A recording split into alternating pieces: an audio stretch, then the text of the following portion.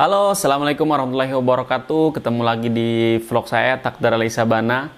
Menjawab daripada beberapa pertanyaan dari teman-teman yang sering saya jumpai di beberapa masjid, khususnya di Kota Banjarmasin dan Kota Banjarbaru, mengenai seberapa penting dakwah melalui media sosial di masjid. Ya, jadi ceritanya banyak sekali masjid yang ingin memulai dakwah melalui media sosial, baik itu melalui Facebook, Instagram, YouTube, TikTok, dan yang lain sebagainya. Nah, seberapa penting sih masjid turun ikut andil dakwah melalui media sosial tersebut? Nah, video kali ini saya akan menjawab beberapa pertanyaan yang singkat tapi padat dari teman-teman semua.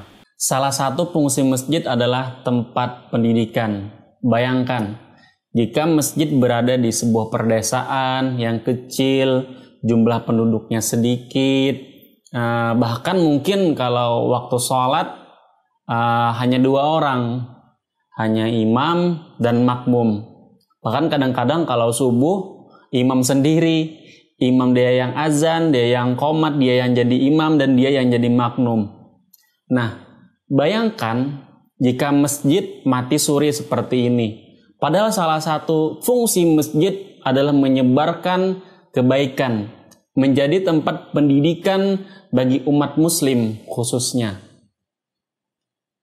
Fungsi masjid menjadi tidak maksimal karena terbatasnya SDM yang berada di masjid tersebut. Nah, teman-teman, bayangkan jika sebuah masjid memiliki aktif berperan di dalam media sosial, maka fungsi-fungsi masjid diantaranya adalah pendidikan dan yang lainnya akan berjalan dengan aktifnya di media sosial.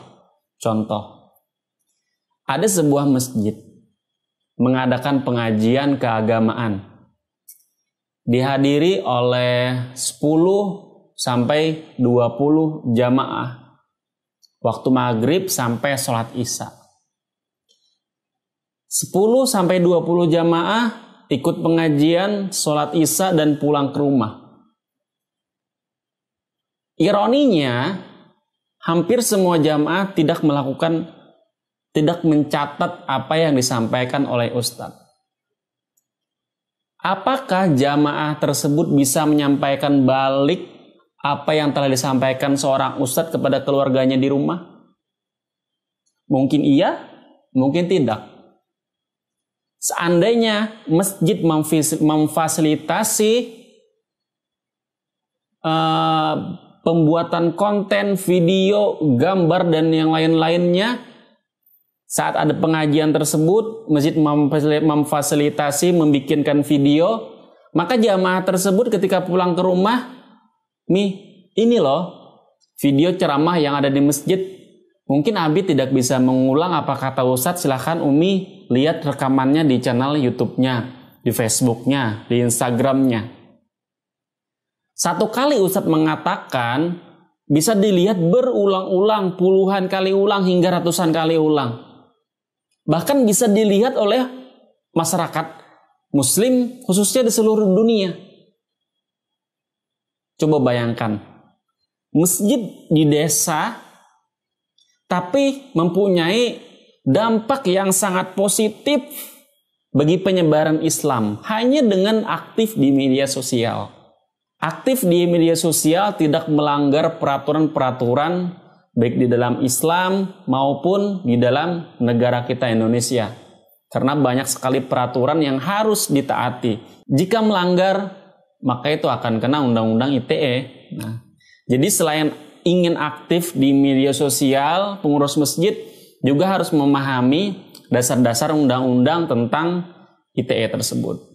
Jika masjid aktif di media sosial, maka tentu kan dampaknya sangat besar. Banyak juga sekali pertanyaan yang disampaikan kepada saya. Mas, berapa sih budget ketika masjid ingin memulai aktif di media sosial? Nah, saya jawab, semua tergantung pada apa yang diinginkan oleh masjid, mushola, atau tempat ibadah yang lainnya. Semisal, masjid ingin membuat video secara profesional, maka tentu dong masjid harus membeli kamera yang bagus, komputer yang bagus, sound yang bagus, agar video yang dihasilkan itu bagus. Saya tidak menyarankan kepada masjid yang banyak uangnya, kasnya banyak, puluhan juta hingga miliaran rupiah, membeli alat yang tergolong standar. Saya tidak menyarankan. Masjid yang punya saldo banyak, puluhan hingga miliaran, sepantasnya untuk membeli peralatan-peralatan multimedia yang bagus. Mas, gimana sih Mas caranya memulai? Karena kita sebagai remaja masjid itu kadang-kadang kesulitan, tidak difasilitasi oleh masjid untuk membeli kamera, untuk membeli komputer, untuk memasang internet. Bahkan masjid jarang sekali memfasilitasi remaja, pemuda-pemudinya berupa internet. Saya tidak menyalahkan siapapun yang ada di sana. Cuman teman-teman semua, fasilitas yang fasilitas membeli kamera, komputer yang bagus, yang mapan, ketika digunakan itu nyaman lah, tidak membuat pekerja-pekerja atau remaja-remajanya pusing saat melakukan editing. Itu kan aset kebaikan untuk umat. Ketika pengurus masjid menggunakan infak dari jamaah, digunakan untuk membeli kamera, untuk membeli komputer, untuk memasang internet, itu tidak menyalahi aturan. Itu malah mempergunakan infak jamaah di dalam kebaikan yang lebih baik. Coba bayangkan, jamaah infak 1.000 digunakan untuk membeli kamera, amal jariahnya selalu mengalir. Video yang dihasilkan dari kamera yang dibeli oleh masjid tersebut dilihat oleh ribuan orang, bahkan jutaan orang di seluruh dunia. Amal jariahnya itu, jamaah yang nyumbang 1.000 dibelikan kamera, itu luar biasa besar. Buat apa kas masjid besar disimpan rapat-rapat, tidak dibelikan peralatan-peralatan dakwah yang mendukung penyebaran agama Islam? Ini loh, saya ini bersuara ini menyampaikan perasaan teman-teman saya, remaja-remaja masjid yang mungkin ada di daerah Kalimantan Selatan khususnya. Ayo dong semua pengurus masjid, semua pengurus musola dan yang lainnya, berikan fasilitas yang terbaik untuk remaja masjidnya. Berikan mereka edukasi yang kedepannya mereka lah sebagai generasi muslim terbaik. Ya kan, tidak kalau misalkan tidak sebaliknya. Ketika remaja nongkrong di masjid main handphone dimarahin. Ini main game terus. Salahnya bukan pada anak-anak remaja tersebut. Mungkin kita pengurus masjid tidak memfasilitasi mereka untuk mengerjakan yang lebih baik, mengerjakan yang lebih bermanfaat lagi. Seperti apa yang saya katakan sebelumnya, remaja masih belikan kamera, belikan komputer. Kalau mereka tidak mengerti kamera, ajarkan mereka kepada orang yang mengerti kamera. Berikan remaja masjid itu kesempatan untuk mereka berkreasi untuk mengembangkan masjid. Jangan ketika remaja nongkrong di masjid main game dimarahin.